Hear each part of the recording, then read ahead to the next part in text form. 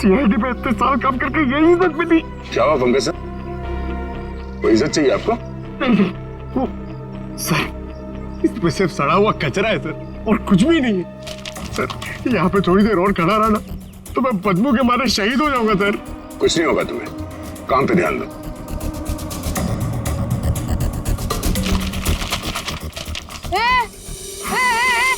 ये क्या कर रहे हो? ये मेरा इलाका है, यहाँ मैं किसी और को कब्जा जमाने नहीं दूंगी। अरे कौन कब्जा करना चाहता है? मेरा बस चले तो मैं खुद यहाँ से सलट लूं। तो फिर मेरे इलाके में कचरा चुनकर ये मेरे पेट में लात क्यों मार रहे हो? अरे मेरी माँ, आपके पेट पे कोई लात नहीं मार रहा है, मैं खुद यहाँ पे अपनी नौकरी बचा रहा हूँ। देखो तुम लोग जाओ यहाँ से, ये मेरा इलाका है, मैं किसी और को कचरा चुनने नहीं दूंगी। जाओ जाओ। हम लोग सीआईडी से हैं और इस कचरे में सुराग ढूंढ रहे हैं। हाँ? सीआईडी? रुक रुक, देखो जरा, चलो। सर, हाँ, सर पे पैर रख के भाग गई सर। आपको थोड़ा सॉफ्ट रहना चाहिए, आपको देख के डर के भाग गई सर। वो टाइम नहीं ना, वो कचरा।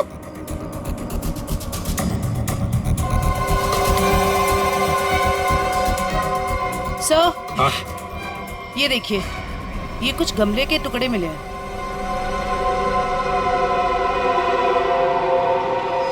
सर, खून लगा हुआ है। हाँ दया, लगता है ये वही फ्लावर प्लॉट है जिससे खून हुआ है। अब ये खून शोभा का है या नहीं, ये तो फोरेंसिक लैब से ही पता चल जाएगा। लेकिन और भी तो कुछ होना चाहिए यहाँ पर, और कुछ होना चाहिए। देखो जरा, अच्छी तरह से देखो दोबारा। सर बाकी तो हमने हर जगह देख लिया सर, और ऐसा कुछ मिला नहीं। जो देखो तो सही। यहाँ मैंने कुछ नहीं किया साहब, मैं निर्दोष हूँ साहब, मैं निर्दोष हूँ। कुछ नहीं किया तो हमें देखे भागी क्यों? वो साहब बिरजू कह रहा था कि जब भी पुलिस वाले देखो ना तो अपनी जान बचाओ और भागो, पता नहीं फिर कब मुसीबत में फंस जाए। एक मिनट देखो, किसी भी मुसीबत में नहीं फंसोगे तुम। इतना बताओ, क्या सुबह तुमने यहाँ से कुछ कचरा उठाया था? हाँ, घबराओ मत, उठाया था कचरा? हाँ उठाया तो था, इस थैले में ही है। दिखाओ जरा। नहीं नहीं, मैं नहीं दूंगी, ये मेरी रोजी रोटी है साहब। अरे हमें उसका भजिया नहीं तलना है, हमें सिर्फ ये देखना है कि उसके अंदर क्या है। इधर दो।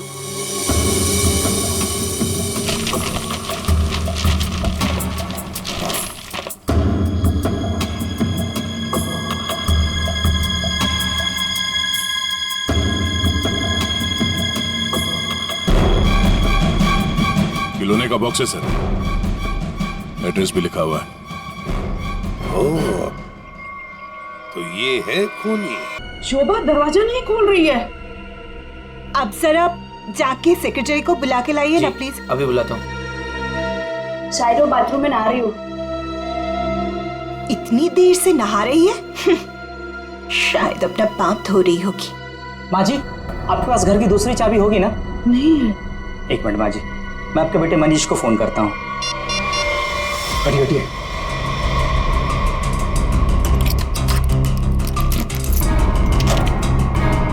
माँ, दरवाजा अंदर से बंद है। अंदर से कैसे बंद है?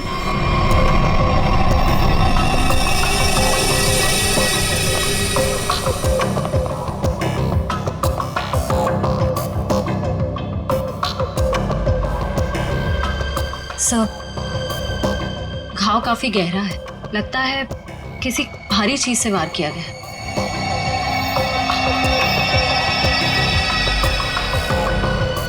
हो सकता है कोई एक्सीडेंट, इनका पैर फिसला और किसी चीज से टकरा के गिर गई। हाँ, एक्सीडेंट हो सकता है। एक काम करो, घर में जितना सारा फर्नीचर है चेक करो, उसके कॉर्नर चेक करो फर्नीचर के, और फिर देखो कहीं पर नुकीली चीज है क्या, शायद उससे टकराई हो।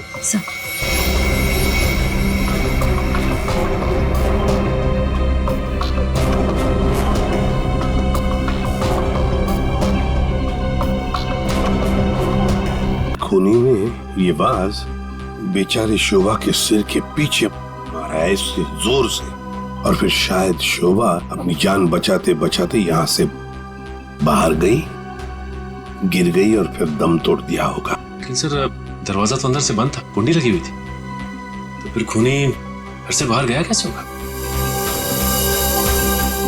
सर हो सकता है बालकनी से चला गया। नहीं निखिल, इतनी ऊंचाई से कोई बाहर जा ही नहीं सकता। सर घर के बाहर सीसीटीवी कैमरा लगा हुआ। बस तो फिर वो सीसीटीवी कैमरा का फुटेज और लॉबी के सीसीटीवी कैमरा का फुटेज सब देखते थे।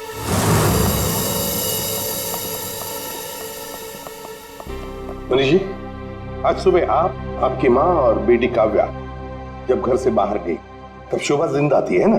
जी सर। मतलब शोभा जी का कत्ल हुआ सुबह 10:30 बजे के बाद में ही।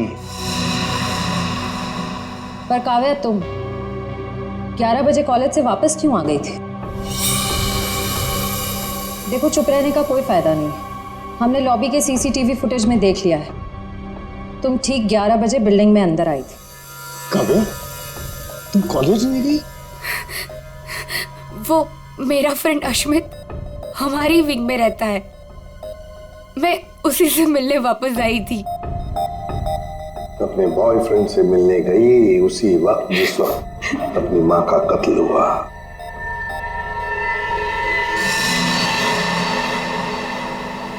तुम कौन हो? मैं रितेश। रितेश, आपका बेटा? जी सर। पर तुम तो घर छोड़कर चले गए थे। जी वो मैं घर छोड़कर नहीं गया था, मुझे इनकी पत्नी ने घर से निकाल दिया था।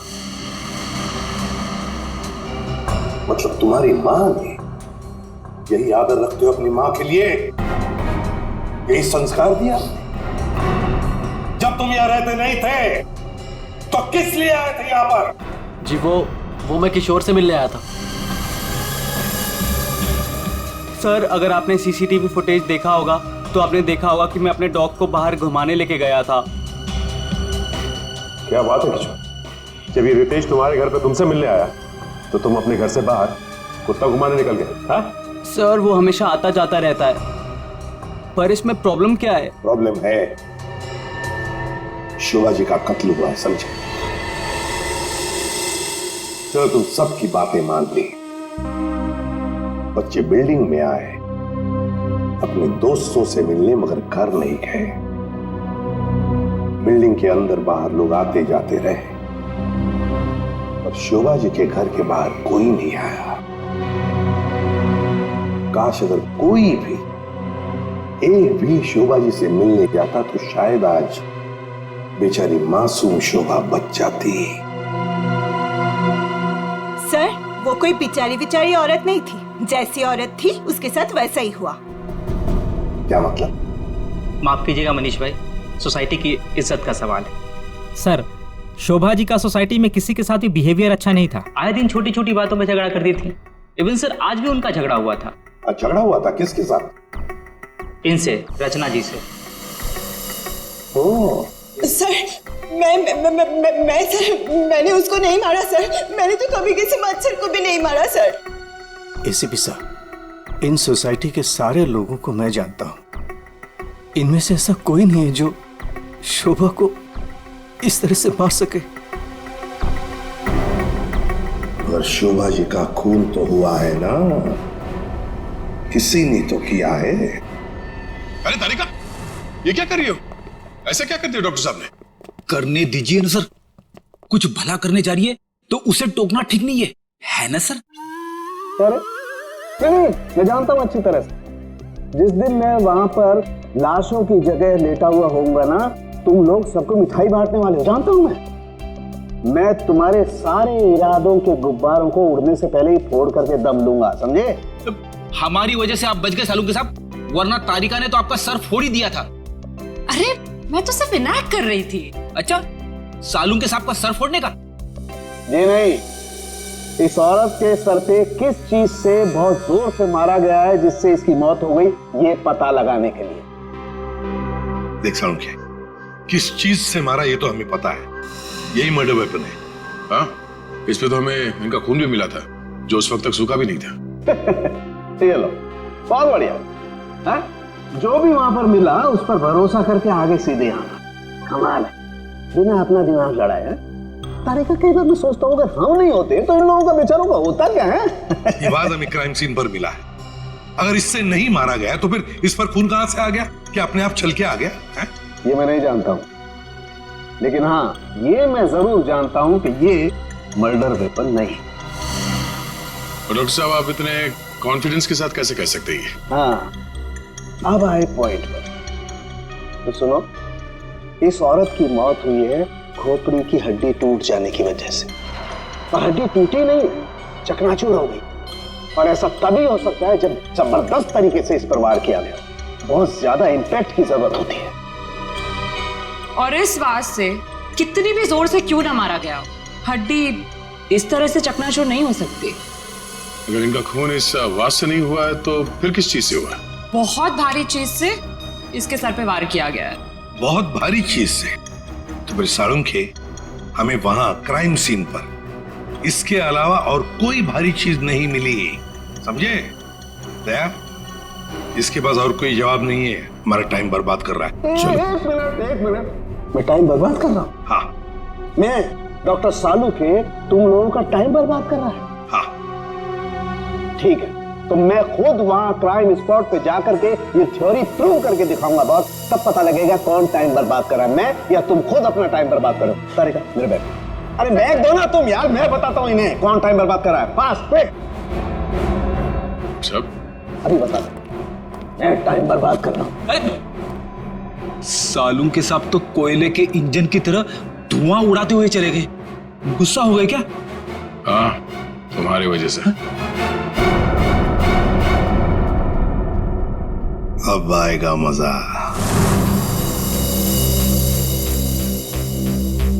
सब कुछ ढूंढ लिया, आप क्या ढूंढेंगे? अपना सर ढूंढो। कहा था ना यार तुमसे, कोई भारी चीज से मारा गया तो भारी चीज ढूंढो ना प्लीज। साहब, क्या लगता है इससे मारा होगा? सर क्या इससे मारा होगा? नहीं, इससे नहीं हो सकता। सर, ये देखिए सर, काफी भारी है सर, इससे मारा होगा। सर पे मार के देखो, अगर सर खुल जाएगा तो मान लो। आपके सर पे कैसे मार? Shut up. यार साळुंखे, क्यों टाइम बर्बाद कर रहा है हमारा तू? बॉस प्लीज मुझे ढूंढने दो। एक काम करो, आप लोग बैठो, मैं जरा ढूंढता हूँ प्लीज।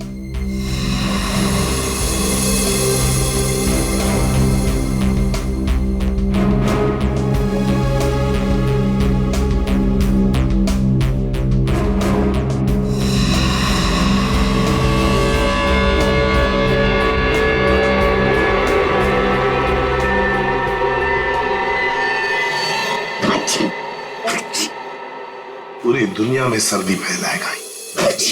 ओए, अरे यार क्या हो गया? सर क्या हुआ, आप इतना चीख क्यों रहे हैं? मसाला मसाला मसाला। हाँ सर, चारों तरफ मसाला गिरा हुआ है और यहाँ पे निशान भी है। लगता है मसाला कूटने का खलबट्टा रखा था यहाँ पे। सर बट्टा तो काफी भारी भी होता है। एक काम करो, आसपास जितने भी घर हैं, सारे के सारे घर चेक करो। श्रेया, दादी माँ को लेकर आओ।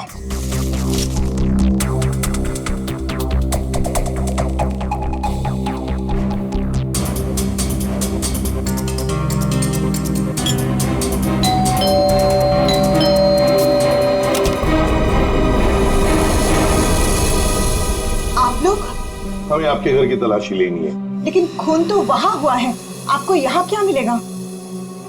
देखिए, आपकी बिल्डिंग में खून हुआ है। क्या आप चाहती हैं कि एक और खून हो जाए? प्लीज हमें अपना काम करने दीजिए। ओके, आइए।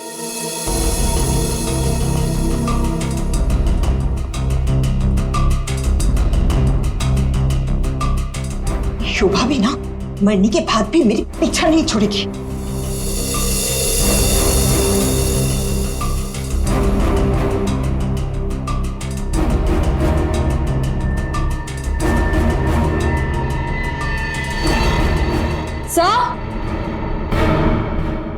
आश्रया, सर ये देखिए। सर ये तो हमारी है। नहीं नहीं, ये तो हमारा है। आंटी जी को कोई गलतफहमी हो रहा है। सर इसके नीचे शोभा का नाम लिखा हुआ है। शोभा? तो क्या आपने इन्हें ये दिया था? नहीं सर, आज सुबह तक तो ये हमारे पास ही था। तो फिर ये यहाँ कैसे? के जरा चेक कर लिया।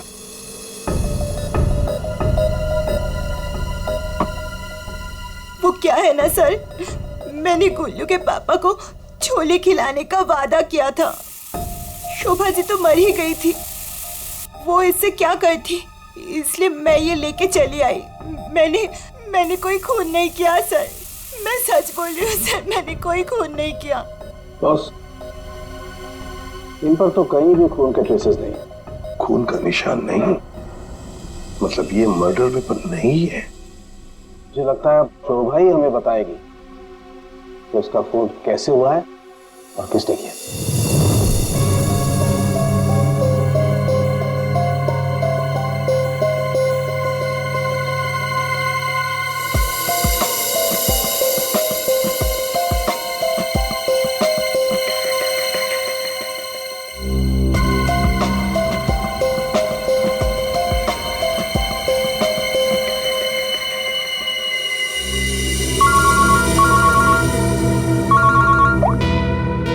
आसान के बोल।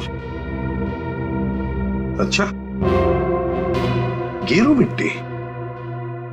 अच्छा ठीक है सचिन, मर्डर वेपन का पता चल गया है। पर वो क्या है सर? गमला। गमला? हाँ गमला। साळुंके को शोभा के कान में गेरू मिट्टी के कुछ अंश मिले।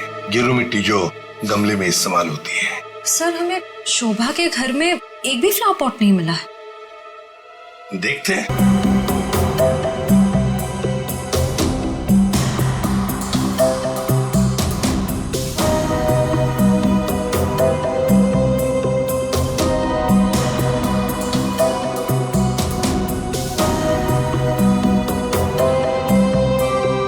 गमला यहीं पर गिरा है। पर सर, गमला गया कहाँ? हो सकता है किसी ने साफ कर दिया हो ताकि कोई सुराग न बचे, लेकिन मौत हुई है इस गमले की वजह से ही। लेकिन सर ऐसा कैसे हो सकता है? घर के बाहर लगे सीसीटीवी फुटेज में तो हमने किसी को कमरे के अंदर जाते देखा नहीं। तो फिर शोभा जी के सर पे गमला मारा किसने होगा? वही तो समझ में नहीं आ रहा है सचिन कि गमला मारा किसने, और फिर इतने जोर से मारा है कि किसी इंसान की जान ही चली जाए। हाँ सर, सवाल ये भी है कि बंद कमरे से खूनी बाहर गया कैसे? जमीन चीर के या आसमान फाड़ के? जमीन चीर के तो नहीं निखिल, जमीन चीर के नहीं, आया होगा तो आसमान फाड़ के ही। 1 2 3 4 5 6 7 7वीं मंजिल पर शोभा जी रहती है। वो रही उसकी बालकनी, और बिल्कुल उसी के ऊपर है 8वीं मंजिल की बालकनी। चलो चलकर देखते हैं।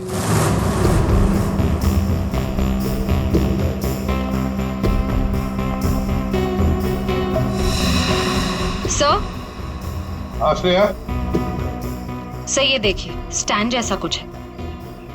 स्टैंड जैसा तो है।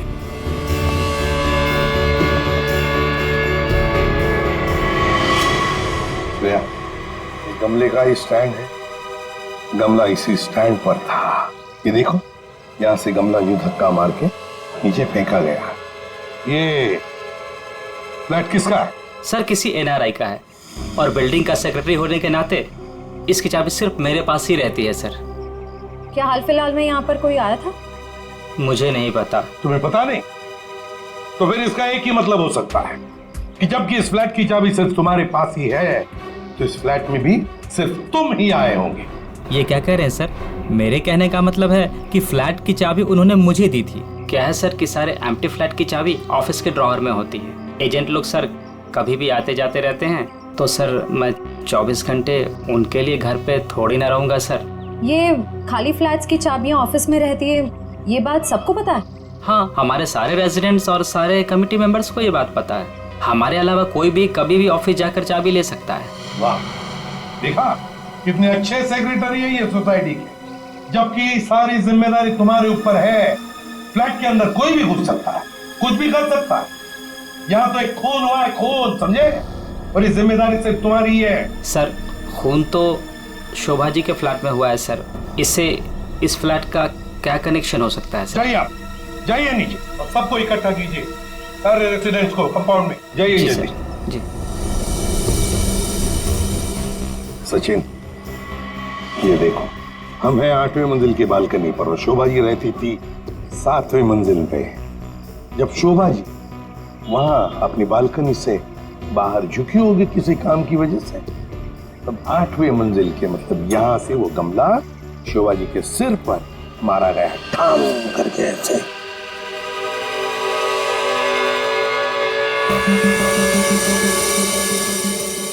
भगवान का लाख लाख शुक्र है, वरना आज तो मसाला कूटने के चक्कर में मेरी कुटाई हो जाती उन सीआईडी वालों के हाथों। इसीलिए छोले को मारो गोली, ये लौकी खिला दूंगी गुल्लू के पापा को। ओह गॉड!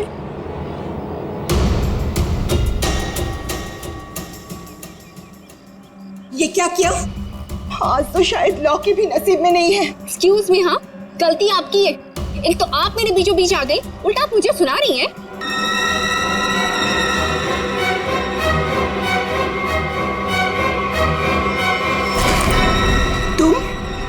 तुमको तो मैंने कहीं देखा है। देखिए, आपका जो कुछ भी नुकसान हुआ है उसके लिए आई एम सॉरी।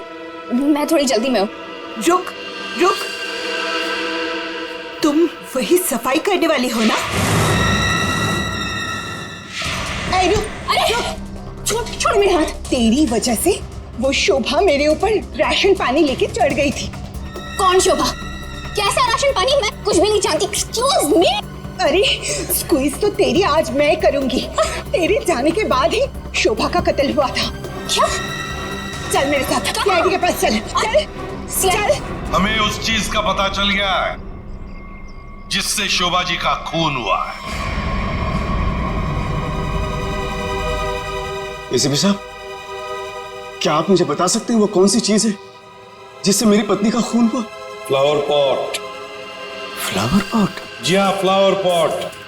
बिल्डिंग के 8वें मंजिल पर जो फ्लैट बंद पड़ा है उसके बालकनी के ऊपर रखा गया था ये फ्लावर पॉट और ऊपर से शोभा जी के सिर पर मारा गया। फ्लावर पॉट किसने किया ये सब? मुझे नाम बताइए जिसने मेरे परिवार को हमसे छीन लिया। बताइए एसीपी साहब, कौन है वो? ये तो कहना पड़ेगा कि बड़ा चालाक खूनी है ये, बहुत अच्छी तरह से प्लानिंग की थी, लेकिन भूल गया कि कोई भी कातिल कितना भी चाहे चालाक क्यों ना हो, कोई ना कोई गलती तो कर ही जाता है। जानना चाहते हो कौन है वो खूनी? आप में से ही कोई है, आप में से। ये सफाई करने वाली है। आज सुबह जब शोभा का खून हुआ था उससे पहले मैंने इसको बात करते हुए देखा था। अभी भेस बदलकर भाग गई थी। देखिए, मुझे नहीं पता कि ये औरत कब से क्या बकवास की जा रही है। मैं तो यहाँ पर पहली बार आई हूँ। मेरा हाथ छोड़ो ना। मैं सच बोल रही हूँ, मैंने इससे झगड़ा करते हुए देखा था। मुझे तो लगता है यही खूनी है सर। क्या बकवास की जा रही हो तुम? हम पता लगा लेंगे। जरा देखिए इस लड़की को और बताइए, क्या आप में से किसी ने इसको देखा है आज सुबह? हाँ सर, मैंने देखा इस लड़की को। सर, ये वही लड़की है जो आज सुबह में शोभा जी के साथ लड़ रही थी। रुक, कहाँ भाग रही है?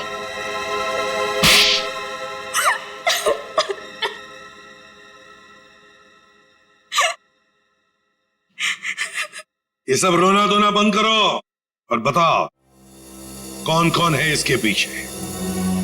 तुम्हारे अकेली का काम नहीं है ये, बताओ जल्दी। कौन कौन मिला हुआ है तुम्हारे साथ इस काम में? हाँ? क्यों खून किया शोभा का? खून? नहीं सर, मैंने कोई खून नहीं किया। मुझे कुछ नहीं पता, मैं सच कह रही हूँ। जमाना बड़ा बदल गया है सर। इतनी महंगी घड़ी और ब्रांडेड चप्पलें पहन के घूम रही है। यहाँ तो सीआईडी में ईमानदारी से काम करने के बाद पिछले 5 साल में ये वाले जूते पहन पाया हूं मैं। हाँ, सच कह रहे हो फ्रेडी। लेकिन ये है ना, मुखौटा पहनी है सफाई कामगार का, है तो कोई और ही। पूर्वी, ऐसा नहीं बताइए। हाँ, बोल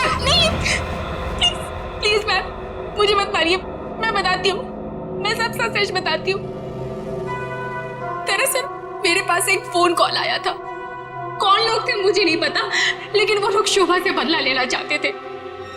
बदला कैसे लेना है वो सारे इंस्ट्रक्शन मुझे फोन पर बता दिए गए थे। मैंने बस उसे फॉलो किया था और कुछ नहीं किया था, खून नहीं किया था सर। एक अनजान आदमी ने तुम्हें फोन कॉल किया और तुम उसकी मदद करने के लिए तैयार हो गई? हाँ सर। ऐसी क्या दुश्मनी थी तुम्हारी शोभा से? सर शोभा अच्छी औरत नहीं थी, वो बहुत ही घमंडी और झगड़ालू किस्म की औरत थी। समय एक स्टोर में सेल्स गर्ल का काम किया करती थी। मेरे स्टोर में आई वो एक दिन, नेल पेंट दिखाने के लिए कहा। नेल पेंट का ढक्कन जब मैं खोल रही थी तो सर गलती से वो नेल पेंट की कुछ बूंदें उसके साड़ी के पल्लू पे गिर गई थी सर। उसके बाद उसने जो हंगामा खड़ा किया, मैंने उससे माफी मांगी, मिन्नती की कि प्लीज मुझे माफ कर दीजिए, लेकिन उसने मेरी एक बात भी नहीं मानी। मैनेजर के पास चली गई सर। मैनेजर ने मुझे नौकरी से बाहर निकाल दिया। 2 महीने तक मुझे कहीं कोई नौकरी नहीं मिली। घर का किराया तो दूर, खाने तक को मेरे पास पैसे नहीं थे। मकान मालिक मेरे सिर पर चढ़ करके मुझे परेशान करने लगा, कहा कि निकलो मेरे घर से। सर उसने मेरी पूरी जिंदगी तबाह कर दी। फिर मैंने ठान लिया था कि उस शोभा से मैं बदला जरूर लूंगी। इसलिए तुमने कानून को अपने हाथ में लेने का फैसला किया है? सर मैं मानती हूँ कि मुझसे बहुत बड़ी गलती हो गई। प्लीज आप लोग मुझे माफ कर दीजिए प्लीज। ये लो, सब कुछ मान लिया तो माफी मिल गई? ऐसे लगता है तुम्हें? है? तुम्हारी सजा हम कम कर सकते हैं, मगर एक शर्त पर। हाँ सर, मुझे आप लोगों की सारी शर्त मंजूर है। बताइए मुझे क्या करना होगा? तो ये बताओ कि फोन पे एग्जैक्टली क्या इंस्ट्रक्शन दिए गए थे तुम्हें? मुझे बस वो फ्लावर पॉट गिरने के बाद उसे साफ करने के लिए कहा गया था।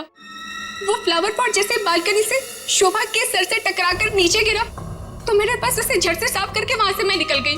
बस यही किया था मैंने। वो फ्लावर पॉट किसने फेंका था? Flower pot? नहीं, किसी ने फेंका नहीं था। किसी ने नहीं फेंका? ये कैसे हो सकता है? कोई तो ऊपर था फेंकने वाला। नहीं सर, मैं सच कह रही हूँ, वहाँ पर कोई नहीं था। वो फ्लावर पॉट अपने आप गिरा था। कौन था ऊपर? यकीन कीजिए, मैं क्यों झूठ बोलूंगी आप लोगों से।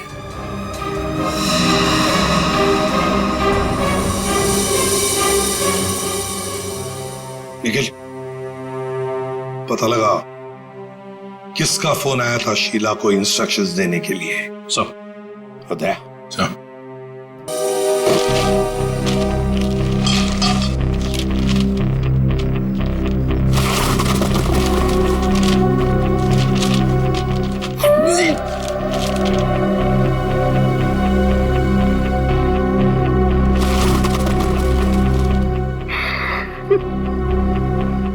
सीआईडी पे इतने साल काम करके यही इज्जत मिली।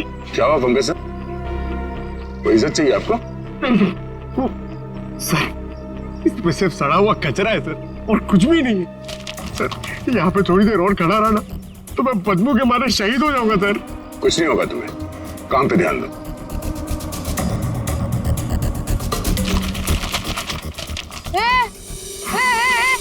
ये क्या कर रहे हो?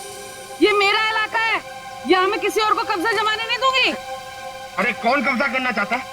मेरा बस चले तो मैं खुद यहाँ से सलट लूं। तो फिर मेरे इलाके में कचरा चुनकर ये मेरे पेट में लात क्यों मार रहे हो? अरे मेरी माँ, आपके पेट पे कोई लात नहीं मार रहा है, मैं खुद यहाँ पे अपनी नौकरी बचा रहा हूँ। देखो तुम लोग जाओ यहाँ से, ये मेरा इलाका है, मैं किसी और को कचरा चुनने नहीं दूंगी। जाओ जाओ। हम लोग सीआईडी से हैं और इस कचरे में सुराग ढूंढ रहे हैं। हाँ? सीआईडी? रुक रुक, देखो जरा, चलो। सर, आप सर पे पैर रख के भाग गई सर। आपको थोड़ा सॉफ्ट रहना चाहिए, आपको देख के डर के भाग गई। सर वो टाइम नहीं ना, वो कचरा।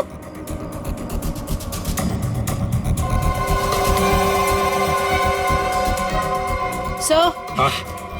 ये देखिए, ये कुछ गमले के टुकड़े मिले हैं।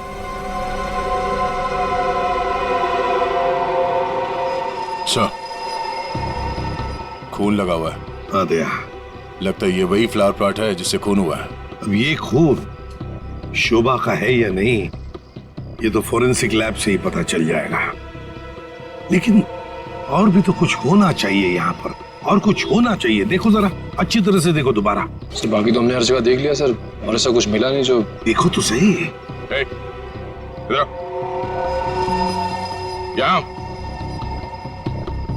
मैंने कुछ नहीं किया साहब, मैं निर्दोष हूँ साहब, मैं निर्दोष हूँ। कुछ नहीं किया तो हमें देखे भागी क्यों? वो साहब बिरजू कह रहा था कि जब भी पुलिस वाले देखो ना तो अपनी जान बचाओ और भागो, पता नहीं फिर कब मुसीबत में फंस जाए। एक मिनट देखो, किसी भी मुसीबत में नहीं फंसोगे तुम। इतना बताओ, क्या सुबह तुमने यहाँ से कुछ कचरा उठाया था? हाँ, घबराओ मत, उठाया था कचरा? हाँ उठाया तो था, इस थैले में ही है। दिखाओ जरा। नहीं, मैं नहीं दूंगी, ये मेरी रोजी रोटी है साहब। अरे हमें उसका भजिया नहीं तलना है, हमें सिर्फ ये देखना है कि उसके अंदर क्या है। इधर दो।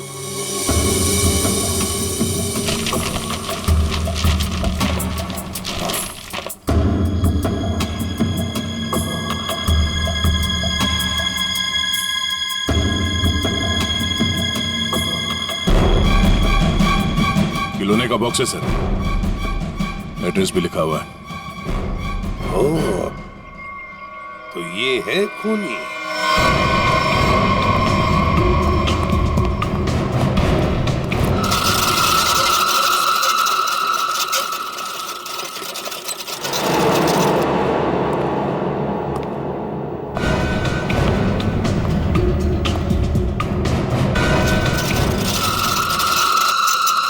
कौन है? कौन है? अरे कौन है यहाँ? सामने आओ। कौन है?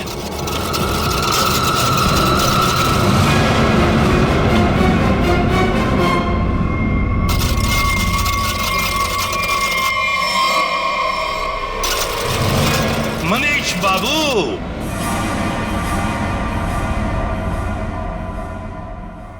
हाँ, खिलौनों के साथ बहुत खेल खेल लिए, अब ये तुम्हारा खेल खेलना खत्म। मैंने आगे रास्ता बंद है। मैंने कुछ नहीं किया। अब ये बता, शोभा को क्यों मारा तुमने? मैंने नहीं मारा। साहब, शोभा एक झगड़ालू औरत थी साहब, झगड़ालू औरत। हमेशा गालियां देती थी साहब, हर छोटी मोटी बात पे चिल्लाती थी, भद्दी गालियां देती थी। आतंक था साहब उसका एक, हम सबको वो मेंटली टॉर्चर दे रही थी साहब।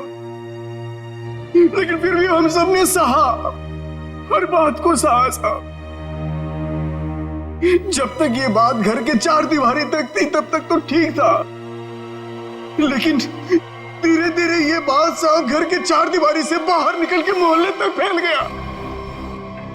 आए दिन लोग पड़ोसी हमारे पास आते थे कंप्लेन लेकर के, शोभा ने किसी के साथ झगड़ा किया, मारपीट किया। तंग आ चुके थे साहब, हम लोग तंग आ चुके थे। फिर भी हमने शोभा को समझाने की कोशिश की, मगर वो नहीं समझती थी साहब। हमने तो थक के छोड़ दिया था ये सोचना कि उसे समझाना रोकना हमारे लिए मुमकिन ही नहीं है साहब। बस सिर्फ इसी वजह से तुम लोगों ने उसकी जान ले ली? तो और क्या करता साहब, बताइए आप मुझे। सोसाइटी वालों ने उसे तंग आकर के हमें नोटिस दिया घर खाली करने के लिए। अगर हम घर खाली नहीं करते इस सूरत में वो हमें पुलिस की धमकी दी।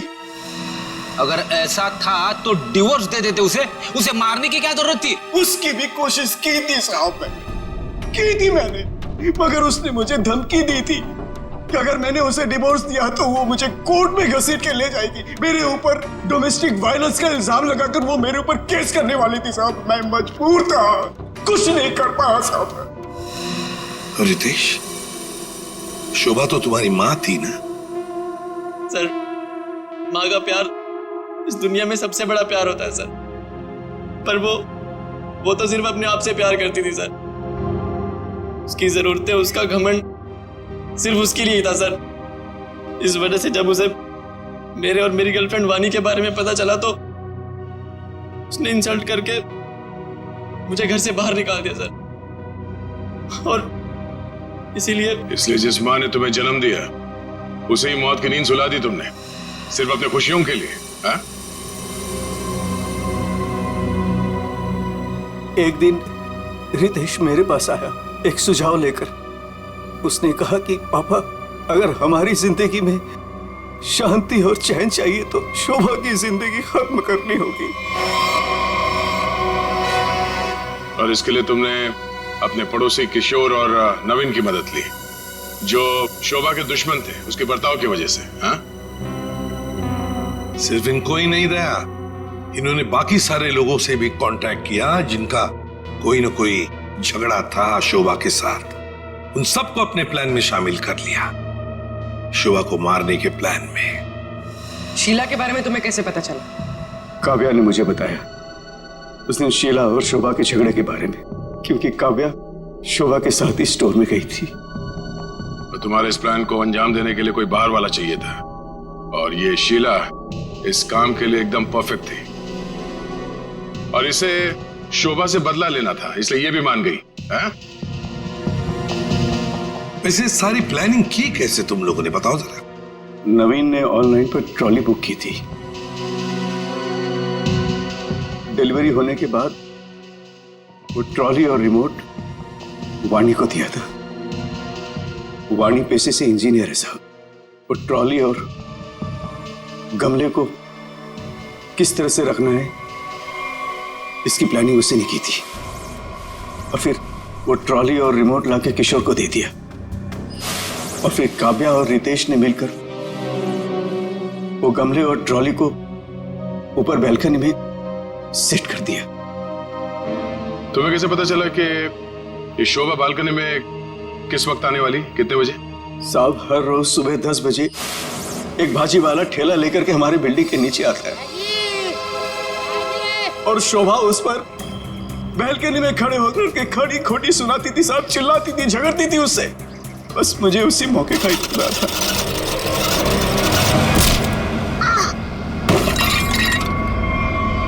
और फिर मैंने मां को फोन किया।